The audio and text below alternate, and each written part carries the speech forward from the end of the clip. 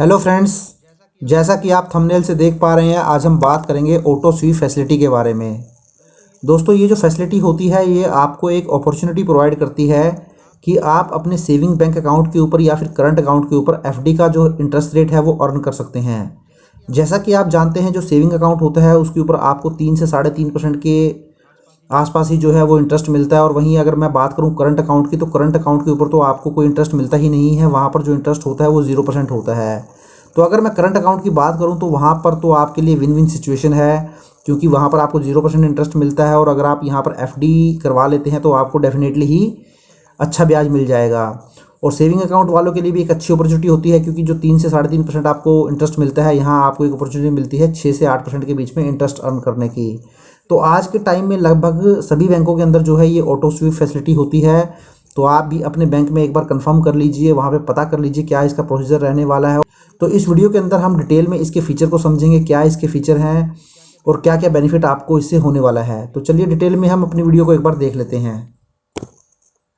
तो देखिए दोस्तों, ऑटो स्वीप फैसिलिटी होती क्या है, तो सबसे पहले हम ये देख लेते हैं।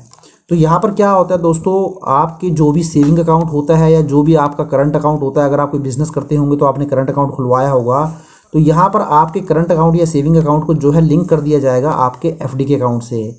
अब यहाँ पर जो मैं एफडी के अकाउंट की बात कर रहा हूँ दोस्तों, इसका मतलब ये नहीं है कि आपको पहले यहाँ पर बैंक के अंदर कोई एफडी अकाउंट ओपन करवाना पड़ेगा। इस ऑटो स्वीप फैसिलिटी के अंदर क्या होता है कि बाय डिफ़ॉल्ट ही जो आपका सेविंग या करंट अकाउंट होता है, वहाँ पर एक एफडी का अकाउंट भी उसके साथ लिंक कर दिया जाता है। यहाँ पर आपको सेपरेटली कोई एफडी का अकाउंट खुलवाने की ज़रूरत नहीं है, या ज़रूरी नहीं है कि आपका पहले से ही कोई एफडी का अकाउंट वहाँ होना चाहिए। तो इसी को हम जो है दोस्तों ऑटो स्वीप फैसिलिटी बोलते हैं। अब देखिए इसके अंदर बेनिफिट क्या होता है। अब जब आप ऑटो स्वीप फैसिलिटी के थ्रू जब ये अकाउंट खुलवा लेते हैं, जब आपका जो अकाउंट है वो लिंक हो जाता है एफडी के साथ, तो आपको यहाँ देखिए बेनिफिट क्या होता है। तो आपको एफडी का अकाउंट जब लिंक हो जाता है तो आपको एक अच्छी अपॉर्चुनिटी मिलती है इंटरेस्ट अर्न करने की 6 से 8% के बीच में। और उसके साथ साथ आपको जो सेविंग और करंट अकाउंट में जो आप बेनिफिट लेते थे लिक्विडिटी का, वो भी आप कंटिन्यू यहाँ पर इंजॉय कर सकते हैं। क्योंकि ऐसा नहीं है कि अगर आपने यहाँ पर एफडी अकाउंट लिंक करवा लिया है तो वहाँ पर आपका जो है वहाँ पर पैसा ब्लॉक रहने वाला है। तो यहाँ पर भी जैसे आप सेविंग और करंट अकाउंट के अंदर अपना पैसा यूज़ करते हैं, वैसे ही यहाँ पर भी पैसा यूज़ कर पाएंगे। आपका पैसा जो है वहाँ पर ब्लॉक नहीं होगा।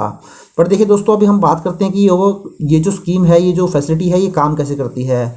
देखिए इस फैसिलिटी के अंदर आपको क्या करना होता है, जो भी आपका बैंक होता है उस बैंक को आपको एक अपनी थ्रेशोल्ड लिमिट, या आप कह सकते हैं अपर लिमिट जो होती है वो बतानी होती है। वो अपर लिमिट या थ्रेशोल्ड लिमिट क्या होती है कि उतना पैसा जो है आपके सेविंग बैंक अकाउंट या करंट अकाउंट के अंदर पड़ा रहेगा, और जैसे ही वो लिमिट क्रॉस करेगी तो आपका ऑटोमेटिकली पैसा जो है आपके एफडी के अकाउंट के अंदर चला जाएगा। जैसे मैंने यहाँ पर एग्जांपल एक ले लिया है। सपोज़ अगर मैं एक एग्जांपल ले लेता हूँ, सपोज़ अगर आपने 60,000 महीने की एक अपर लिमिट डिसाइड कर ली है या थ्रेशोल्ड लिमिट डिसाइड कर ली है, तो आप ध्यान रखें यहाँ पर हमेशा अपने माइंड में आप मिनिमम बैलेंस जो आपका चाहिए होता है सेविंग अकाउंट के अंदर, वो भी ध्यान रख के चलेंगे अगर आपका सेविंग अकाउंट है।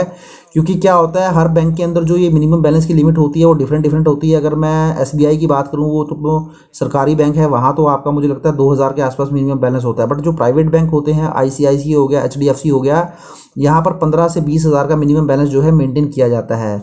तो जब भी ये आप अपनी अपर लिमिट या थ्रेशोल्ड लिमिट डिसाइड करें कि इतना पैसा आपके अकाउंट के अंदर रहना चाहिए, तो हमेशा इस मिनिमम बैलेंस को माइंड में रखते हुए ही करें। अगर सपोज़ करें यहाँ पर अगर कोई पर्सन है, उन्होंने अगर 60,000 का मिनिमम बैलेंस जो है एक रख लिया है, थ्रेशोल्ड लिमिट रख लिया है, तो सपोज़ अगर इनका आईसीआईसी में अकाउंट और वहाँ पर 20,000 का मिनिमम बैलेंस मेंटेन होता है, तो ये 40,000 रुपये जो इन्होंने अपने यूज़ के लिए रख लिए हैं, इनका महीने का कुछ भी खर्चा हो सकता है, कोई किस्त कट सकती है, कोई घर का कुछ भी एक्सपेंस होते हैं, वो एक खर्चा जो है वो हर किसी का फिक्स ही होता है कि कितना खर्चा हर महीने होना है।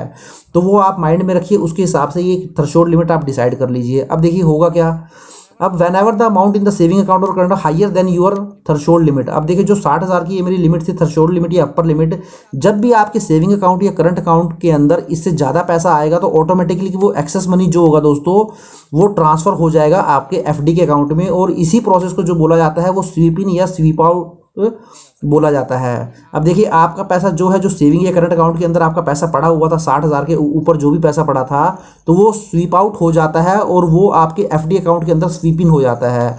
अब सपोज़ करें मैं यहाँ एग्जांपल ले लेता हूँ। आप सपोज़ करें यहाँ पर आपने 60,000 की एक लिमिट डिसाइड कर लेती है। अगर आप एक सैलरीड एम्प्लॉई हैं और सपोज़ करें आपके अकाउंट में 2 लाख रुपये हर महीने एक सैलरी क्रेडिट होती है, तो ऑटोमेटिकली होगा क्या कि बैंक क्या करेगा, अगर जितना भी अमाउंट आपका 60,000 से ऊपर होगा तो वो ऑटोमेटिकली ही आपका एफडी बनता चला जाएगा। तो सपोज करें अगर आपने 60,000 की लिमिट डिसाइड कर ली, तो आपने अगर आप फर्स्ट टाइम अपना अकाउंट ओपन करवाया है, तो आपकी जब सैलरी आएगी तो उसमें जो 60,000 रुपये है वो आपके इस अकाउंट के अंदर रह जाएगा, सेविंग अकाउंट या करंट अकाउंट के अंदर। और जो एक्सेस अमाउंट है 1,40,000 रुपये वो आपके एफडी में कन्वर्ट हो जाएगा, और उसके ऊपर जो भी आपका ब्याज है 6 से 8% के बीच में डिपेंड करता है कि आपने जो ड्यूरेशन है उस एफडी का क्या चूज़ किया है, तो उसके हिसाब से आपको इंटरेस्ट मिलना शुरू हो जाएगा। तो इसे ही दोस्तों हम क्या कहते हैं, स्वीप इन फैसिलिटी या स्वीप आउट फैसिलिटी भी बोल देते हैं, क्योंकि यहाँ पर आपकी जो भी थ्रेशोल्ड लिमिट, अपर लिमिट आप डिसाइड करेंगे, ऑटोमेटिकली ही उस अपर लिमिट के अलावा जितना भी पैसा होगा वो आपकी एफडी में कन्वर्ट हो जाएगा, वो आपके एफडी अकाउंट में ट्रांसफ़र हो जाएगा। अब ये देखिए, जो अमाउंट ट्रांसफ़र किया जाएगा ये भी दोस्तों बैंक टू बैंक के ऊपर डिपेंड करता है कितना होगा। ये पैसा जो होता है वो मल्टीप्लायर फैक्टर में होता है, जैसे या तो 5,000 के मल्टीप्लाई में जाएगा, या 10,000 के, या फिर किसी बैंक का ये 20,000 या 25,000 या 30,000 कुछ भी हो सकता है। तो नॉर्मली जो होता है 5,000 या 10,000 की मल्टीप्लिकेशन में होता है। अब सपोज करें अगर आपने एक लिमिट डिसाइड करी थी 60,000 रुपये की, अब आपके अकाउंट में सपोज कहीं से 2,000 रुपये आ जाते हैं, तो ये हो जाता है 2,000 और आ गए तो ये हो गए 62। तो ये जो 2,000 रुपये है ये आपके एफडी अकाउंट में ट्रांसफ़र नहीं होगा, क्योंकि ये मल्टीप्लिकेशन ऑफ 5,000 या 10,000 में ही होगा। तो सपोज करूँ मेरे बैंक में जो है वो 5,000 रुपये है, तो सपोज करें फिर दोबारा आपके बैंक में 4,000 रुपये आ जाता है, तो 60,000 पहले पड़ा हुआ था, 2,000 एक बार आया 62 हो गया, फिर 4,000 रुपये आया तो 66 हो गया। तो इस केस में क्या होगा दोस्तों, 6,000 जो एक्सेस आया है उसमें से ऑटोमेटिकली ही 5,000 रुपये जो है आपके एफडी अकाउंट में जो है ट्रांसफ़र हो जाएगा, और 1,000 रुपये यहाँ पर बच जाएगा। तो दोबारा से फिर जब ये 5,000 क्रॉस करेगा तो दोबारा ये ट्रांसफ़र हो जाएगा। तो इस तरीके से ये जो ट्रांसफ़र होगा पैसा वो 5,000 या 10,000 के डिनोमिनेशन में जो है ये ट्रांसफ़र होगा। अब देखिए मिनिमम एफडी मैच्योरिटी पीरियड क्या होता है। तो देखिए दोस्तों, ऐसा नहीं है कि आज आपने अगर पैसा जो है आपका ट्रांसफ़र हो जाता है आपके एफडी अकाउंट में और आप 2 दिन के बाद निकाल लेते हैं तो आपको उसके ऊपर इंटरेस्ट मिलेगा। तो यहाँ पर भी कुछ मिनिमम पीरियड जो होता है वो आपको रखना होता है। ये 15 से 45 दिन हो सकता है, ये भी हर बैंक के ऊपर डिपेंड करता है वो कितने दिन का होना चाहिए। तो सपोज़ करें यहाँ अगर आपने 20 दिन का, आपका जो बैंक है अगर उसने 20 दिन का मैच्योरिटी पीरियड, मिनिमम पीरियड मांगा है, और आपने सपोज़ करें आज आपका जो पैसा ट्रांसफ़र हुआ एफडी अकाउंट के अंदर और आपने 4 दिन के बाद ही उसको वहाँ से विड्रॉ करा लिया या आपका यूज़ कर लिया, तो उस केस में आपको यहाँ पर ब्याज नहीं मिलने वाला है। तो ये मिनिमम मैच्योरिटी पीरियड जो है वो ध्यान रखना ही पड़ेगा अगर आप यहाँ पर एफडी का इंटरेस्ट चाहते हैं। इस तरीके से जो मैक्सिमम पीरियड हो सकता है वो भी आपका 1 साल से 5 साल तक हो सकता है, क्योंकि जब आप ये स्वीप इन फैसिलिटी लेने जाते हैं तो उस टाइम आपको ये डिसाइड करना होता है कि कितने पीरियड के लिए आप ये जो है एफडी करवाना चाहते हैं। तो जनरली देखिए बहुत सारे बैंक इसमें कंपाउंडेड इंटरेस्ट भी देते हैं, बट कुछ बैंक आपको सिंपल इंटरेस्ट भी देते हैं। आपका जो इंटरेस्ट है वो कंपाउंडेड नहीं करते हैं। सिमिलरली जहाँ से जो आपको इनकम होती है, जो भी आपका सेविंग या एफडी अकाउंट है, यहाँ पर जो आपकी इनकम होती है वो टैक्सेबल होती है under the head income from other sources. तो यहाँ पर भी जो आपको ब्याज आएगा स्वीप इन फैसिलिटी से, जो आपका ब्याज आएगा, जो आपने एफडी अकाउंट के अंदर पैसा ट्रांसफर कराया था, वो भी आपका इंटरेस्ट इनकम मानी जाएगी और वो आपके इनकम फ्रॉम अदर सोर्सेज में टैक्सेबल हो जाएगी। और जो आपका ब्याज यहाँ पे लगेगा दोस्तों, सॉरी, जो आपका टैक्स यहाँ पर लगेगा वो आपके स्लैब रेट के अकॉर्डिंग लग जाएगा। अगर आप 5, 20, 30 जिस भी स्लैब में फॉल करते होंगे उसके हिसाब से वो टैक्सेबल हो जाएगा। तो ये मैं आपको पहले बता ही चुका हूँ कि जो अगर आपका सेविंग अकाउंट होता है वो 3 से 5% आपको मिलता है, करंट अकाउंट पे 0% मिलता है और एफडी में 6 से 8% मिलता है। तो ये तो थी मेरी दोस्तों जो हम बात कर रहे थे ऑटो स्वीप फैसिलिटी के बारे में। इसी तरीके से अब देखिए रिवर्स ऑटो स्वीप फैसिलिटी भी होती है, वो भी हम देख लेते हैं। तो उसमें भी आपके काफ़ी सारे कंसेप्ट जो हैं वो क्लियर हो जाएंगे। अब देखिए रिवर्स स्वीप फैसिलिटी क्या होती है। अब देखिए when ever you require money from your account that is in excess of your upper limit. जो अपर लिमिट हमने दोस्तों ली थी वो पिछले एग्जाम्पल में 60,000 ली थी, वही मैं यहाँ पर लेके चल रहा हूँ।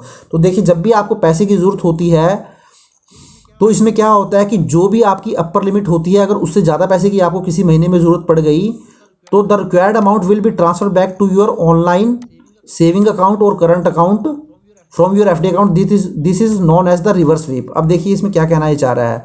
अब सपोज करें आपने एक जो अपर लिमिट डिसाइड कर ली थी वो 60,000 की डिसाइड कर ली थी, बट कोई महीना ऐसा भी हो सकता है जहाँ पर सपोज करें आपको 1 लाख रुपए की ज़रूरत पड़ सकती है। तो उसमें होगा क्या दोस्तों, अब जैसा कि मैंने आपको बताया था कि इसके अंदर दोनों ही फीचर आपको मिल जाते हैं। एफडी के भी फीचर मिल जाते हैं क्योंकि आपको इंटरेस्ट अच्छा मिल जाता है, और लिक्विडिटी के फीचर भी इसमें मिलते हैं, मीन्स आपका पैसा यहाँ पर ब्लॉक नहीं होता है। तो अब देखिए इस केस में जब आपको 1 लाख रुपए की ज़रूरत पड़ गई तो उसमें आपको बैंक को कुछ भी इंस्ट्रक्शन करने की ज़रूरत नहीं है, कोई मेल करने की ज़रूरत नहीं है। बैंक क्या करेगा, बाय डिफ़ॉल्ट ही जो आपका 1 लाख रुपए, सपोज करें 1 लाख रुपए की आपको ज़रूरत है, तो जो 60,000 तो आपके सेविंग में पड़ा हुआ है, तो 40,000 रुपये आपको एक्स्ट्रा चाहिए। तो सपोज करें जो आपका एफडी अकाउंट है वहाँ पे 2 लाख रुपए पड़े हुए हैं, जो भी अमाउंट पड़ा हुआ है, तो ये क्या करेगा, बाय डिफ़ॉल्ट ही इस 2 लाख रुपए में से जो आपका सेविंग अकाउंट या करंट अकाउंट है वहाँ 40,000 रुपये ट्रांसफ़र कर देगा। तो देखिए इस तरीके से जब ये एफडी अकाउंट से आपका दोबारा से सेविंग या करंट अकाउंट में पैसा जाएगा तो इसी को हम रिवर्स स्वीप फैसिलिटी बोलते हैं। तो पहले तो जो मेरी फैसिलिटी थी वो ऑटो स्वीप फैसिलिटी थी, क्योंकि वहाँ पर आपका पैसा सेविंग या करंट अकाउंट से आप एफडी अकाउंट के अंदर ट्रांसफ़र करा रहे थे, तो उसको हम बोलते हैं ऑटो स्वीप फैसिलिटी। बट अगर आप उसका उल्टा कर देंगे, मीन्स जब आपको सेविंग अकाउंट के अंदर ज़्यादा पैसे की ज़रूरत होगी तो वो जो आपका एफडी के अंदर पैसा आपने ट्रांसफ़र कराया था, एफडी अकाउंट से निकलकर जब पैसा आपके सेविंग अकाउंट या करंट अकाउंट के अंदर आएगा तो उसको हम ऑटो रिवर्स स्वीप फैसिलिटी बोल देंगे। तो जैसे मैंने आपको यहाँ बताया था आपके अकाउंट में 60,000 रुपया था, बट आपको उस महीने में 1 लाख रुपए की जरूरत पड़ गई, तो यहाँ पर जो आपने एफडी क्रिएट कर रखी थी उस एफडी के अंदर से ये तोड़ के ऑटोमेटिकली आपके बैंक अकाउंट के अंदर पैसा डाल देगा। तो आपको बैंक को किसी भी तरीके की इंस्ट्रक्शन देने की जरूरत नहीं है कि आपको जो है एफडी तोड़वानी है। तो इस तरीके से इसमें कोई भी इस तरीके से आपको बैंक को इंस्ट्रक्ट करने की जरूरत नहीं है, ऑटोमेटिकली बैंक अपने आप ही सारे काम कर देता है। तो अब देखिए जब आपका अमाउंट ट्रांसफ़र होता है आपके सेविंग अकाउंट के अंदर या करंट अकाउंट के अंदर, तो ये 2 मेथड से हो सकता है दोस्तों, लीफो मेथड से हो सकता है और फीफो मेथड से हो सकता है। मीन्स लीफो मतलब होता है last in first out, means जो आपका सबसे जो रीसेंट टाइम में आपका जो पैसा आपने एफडी में ट्रांसफ़र किया होगा या तो वहाँ से पैसा निकल जाएगा, या आपका फर्स्ट इन फर्स्ट आउट होगा। मीन्स जो आपने सबसे पहले, मीन्स सपोज करें अगर आप 1 साल से पैसा ट्रांसफ़र करते आ रहे हैं एफडी के अंदर, तो जो आपने 1 साल पहले किया होगा, सबसे पहले किया होगा, वहाँ से पैसा निकल के आपके सेविंग अकाउंट में आ जाएगा। देखिए दोस्तों जब आप रिवर्स स्वीप करते हैं तो जो रिवर्स स्वीप में 2 इम्प्लीकेशन होते हैं। तो जो आपका पैसा ट्रांसफ़र होता है एफडी अकाउंट में तो उसमें 2 चीज़ें हो सकती हैं। एक तो ये हो सकता है कि note receive the FD interest rate. अब सपोज करें जैसा कि मैंने आपको बताया था कि जो मिनिमम मैच्योरिटी पीरियड होना चाहिए वो 15 से 45 दिन होना चाहिए। तो जो भी आपका बैंक होगा उसमें जो भी मिनिमम पीरियड होगा, सपोज उस मिनिमम पीरियड से पहले ही ये आप अपना पैसा ट्रांसफ़र करा लेते हैं तो उस केस में आपको कोई भी ब्याज नहीं दिया जाएगा उसके ऊपर। सपोज करें अगर मैं यहाँ एग्जांपल लेके चलूँ, आप फर्स्ट टाइम कोई आपने एफडी क्रिएट करवाई थी, फर्स्ट टाइम आपने ऑटो स्वीप फैसिलिटी यूज़ की थी, और आपने जिस बैंक में ये ऑटो स्वीप फैसिलिटी थी वहाँ मिनिमम जो पीरियड था वो 45 डेज़ का था। तो आपने यहाँ पे अपर लिमिट डिसाइड की थी 60,000 रुपये आपके सेविंग अकाउंट में रहेगा और जो एक्सेस अमाउंट है वो एफडी के अंदर ट्रांसफ़र हो जाएगा। बट क्या हुआ, 45 दिन से पहले ही 20 दिन के अंदर ही आपको पैसे की ज़रूरत पड़ गई। तो उस केस में क्या होगा, तो जो मिनिमम पीरियड आपको 45 दिन तो उस एफडी के अंदर पैसा रखना ही था, तो आपने 20 दिन में ही उससे पैसा निकलवा लेंगे। तो इस सिचुएशन के अंदर क्या होगा, आपको वहाँ पर जो एफडी का ब्याज मिलना था वो नहीं मिल पाएगा। दूसरी सिचुएशन क्या हो सकती है, दूसरी सिचुएशन हो सकती है दोस्तों आपके ऊपर पेनल्टी लगाई जा सकती है जो कि 0.5% से 1% हो सकती है ऑन द ट्रांसफर्ड अमाउंट। अब देखिए ये कब होता है, अब ये देखिए दूसरा मैंने आपको बताया था कि जो आपका एफडी का मैच्योरिटी पीरियड होता है वो 1 साल से लेकर 5 साल तक हो सकता है। तो जब आप ये ऑटो स्वीप फैसिलिटी लेते हैं तो वहाँ आपको ये डिसाइड करना होता है कि आपको ये जो पैसा लेना है एफडी में ट्रांसफ़र करने के लिए, वहाँ आप पीरियड चूज़ करते हैं 1 साल से 5 साल के लिए, कितने ईयर के लिए आपको ये चाहिए। तो सपोज़ वहाँ आपने 1 साल का पीरियड चूज़ कर लिया था, तो अब क्या होगा, अगर आप 1 साल के पीरियड से पहले इस पैसे को विड्रॉ कर लेते हैं, मीन्स रिवर्स स्वीप करा लेते हैं, तो उस केस में क्या होगा, आपके ऊपर 0.5% या 1% पेनल्टी लगा दी जाएगी। ये भी डिपेंड करता है आपके बैंक आपके ऊपर कितनी पेनल्टी लगाता है। ये 0.5% भी कुछ बैंकों को द्वारा लगाई जाती है और कुछ बैंक के द्वारा जो है ये 1% लगाई जाती है। तो उस केस में दोस्तों ये पेनल्टी आपके ऊपर अलग से नहीं लगाई जाती है। इसमें क्या होता है, जो भी आपको एफडी का इंटरेस्ट मिल रहा होता है, सपोज अगर आपने 1 साल की एफडी कराई है और आपको 5% इंटरेस्ट मिलेगा उसके ऊपर, तो ऑटोमेटिकली ही ये क्या करेगा, जो भी अमाउंट वहाँ से आप विड्रॉ करेंगे उतनी अमाउंट के ऊपर ये 1% लेस कर देगा और जो बचा हुआ 4% है उतना ही ब्याज आपको देगा। तो आप समझ सकते हैं, जैसे आपने यहाँ पर आपको जो पैसा कम पड़ रहा था, 40,000 रुपये कम पड़ रहा था, और 40,000 आपने क्या कर लिया, अपने एफडी से निकाल के सेविंग अकाउंट के अंदर ट्रांसफ़र कर लिया। तो वो जो 40,000 रुपये है उसके ऊपर आपको 5% ब्याज नहीं मिलेगा, उसके ऊपर 1% पेनल्टी लेस होने के बाद 4% पर एनम के हिसाब से ही ब्याज दिया जाएगा। और प्रोपोर्शनेटली जितने दिन का ब्याज होगा, आपको सपोज करें आपने 6 महीने के बाद ही आपने विड्रॉ कर लिया तो 6 महीने का इंटरेस्ट आपको मिल जाएगा, जो कि 6 महीने का प्रोपोर्शनेटली अगर मैं करूँ तो 2% बनता है। तो ये इंटरेस्ट जो है आपको मिल जाएगा। तो देखिए दोस्तों, मैंने यहाँ पर आईसीआईसी के एफडी इंटरेस्ट रेट कुछ लगाए हुए हैं कि क्या एफडी पे इंटरेस्ट मिल रहे हैं। तो देखिए, अगर आपका मैच्योरिटी पीरियड अगर आप 7 से 29 दिन करते हैं तो यहाँ पर जो एफडी का आपको ब्याज मिलता है वो 4.25 मिलता है। इसी तरीके से 30 से 45 दिन के अंदर 5% मिलता है, 46 से 60 दिन के अंदर 5.25 मिलता है, 61 से 90 5.75 मिलता है, 90 से 120 6 मिलता है। इस तरीके से देखिए, आपको आईसीआईसी के अंदर अगर आप एफडी कराते हैं तो दोस्तों इस तरीके से इंटरेस्ट मिलता है। और आपका लास्ट में देखिए, अगर आप 1 साल तक अगर आप एफडी कराते हैं तो आपको 6.5% का इंटरेस्ट मिलता है। तो यहाँ पे मैंने आपको एक नोट भी दिया है, देखिए मैंने आपको यही बताया है, अगर आप ऑटो स्वीप फैसिलिटी अगर करवाना चाहते हैं तो आप तभी कराएं जब आप बहुत ज़्यादा फ्रीक्वेंट ट्रांजैक्शन नहीं करते हैं, क्योंकि फ्रीक्वेंट ट्रांजैक्शन करने की वजह से तो आपके ऊपर 1% पेनल्टी या 0.5% जो भी है वो पेनल्टी लग जाती है। तो ऐसा ना हो, अगर आपका सेविंग अकाउंट हो तो आपको जो सेविंग में इंटरेस्ट मिलता है, सपोज करें 3.5%, आपका ये जो इंटरेस्ट है ये 3.5 से भी नीचे चला जाए। तो जैसे अगर मैं अपने इस ICICI में बात करूं, आपको 7 से 29 दिन का जो इंटरेस्ट मिल रहा है वो मिल रहा है 4.25, और यहाँ पर आपने सपोज करें जो भी आपका पीरियड था उससे पहले ही विड्रॉ कर लेते हो और यहाँ पर आपको 1% पेनल्टी लग जाती है। तो 4.25 में से अगर 1% आप प्लस करेंगे तो ये आपका मात्र जो इंटरेस्ट रह जाएगा वो 3.25% रह जाएगा। तो ये तो आपका जो सेविंग में आपको इंटरेस्ट मिलता है उससे भी कम हो जाएगा। तो ये चीज़ें आपको ध्यान में रखनी पड़ेंगी दोस्तों। अगर आपका सेविंग अकाउंट है तो वहाँ आप ध्यान रखें कि अगर आप बहुत ज़्यादा फ्रीक्वेंट ट्रांजैक्शन करते हैं तो उस केस में आप ऑटो स्वीप फैसिलिटी ना लें। ऑटो स्वीप फैसिलिटी आप वहीं लें जहाँ आपका पैसा आइडल पड़ा रहता है और वो पैसे के ऊपर आप उस केस में जो है FD का इंटरेस्ट रेट अर्न कर सकते हैं ऑटो स्वीप फैसिलिटी का यूज़ करके। तो इसी तरीके से देखिए मैंने एक और आपको यहाँ यही चीज़ बताई है। तो इसलिए जनरली आपको जो है 3 से 6 महीने का पीरियड, अगर आपको लगता है कि आपका जो पैसा है वो 3 से 6 महीने तक यूज़ नहीं होने वाला है, तो आपको ये फैसिलिटी जरूर ले लेनी चाहिए। देखिए आपको 3 से 6 महीने के बीच में इंटरेस्ट कितना मिलता है। अगर आप 61 से 90 दिन लेते हैं तो ये आपका 2 से 3 महीने हो जाता है, तो यहाँ पर आपको 5.75 का इंटरेस्ट मिल जाता है। और यहाँ पर अगर आपकी 1% पेनल्टी लग भी जाती है क्योंकि आपने पैसा जल्दी विड्रॉ कर लिया, जो 61 से 90 दिन के इससे पहले ही अगर विड्रॉ कर लेते हैं, तो तब भी आपको यहाँ पे देखिए 4.75% का इंटरेस्ट मिल जाएगा, जो कि आपका 3.5% से बहुत ज़्यादा है। तो इस तरीके से आप प्लानिंग कर सकते हैं। तो दोस्तों कम से कम आप 3 से 6 महीने तक तो जो है ये मान के चलिए, अगर आपके पास इतना पैसा है, आइडल पैसा है, आप यूज़ नहीं करेंगे अगले 3-6 महीने तक, तो आपको ज़रूर इस फैसिलिटी के साथ जाना चाहिए। और करंट अकाउंट के केस में तो आपको सोचने की ज़रूरत ही नहीं है, क्योंकि वहाँ पर तो ऑलरेडी ही 0% जो है इंटरेस्ट मिलता है। तो उस केस में तो आपको हमेशा ही जो है ऑटो स्वीप फैसिलिटी के साथ जाना चाहिए। तो ये छोटा सा वीडियो था दोस्तों, थोड़ा सा लंबा हो गया क्योंकि मैंने आपको कुछ प्रैक्टिकल एग्जांपल के साथ इसको समझाने की कोशिश की है। तो आप भी अपने बैंक के अंदर ये पता कर लीजिए ये फैसिलिटी कैसे ओपन हो सकती है। बड़े ही छोटी सी ये जो है ये पूरा प्रोसेस रहेगा इसका, हार्डली 1 घंटे के अंदर ही आपका बैंक जो है इसको ओपन करके दे देगा। और इसी की तरह दोस्तों एक लिंकिंग FD फैसिलिटी भी होती है, देखिए उसको बोलते हैं हम लिंकिंग FD फैसिलिटी, वो भी इसी की तरह काम करती है।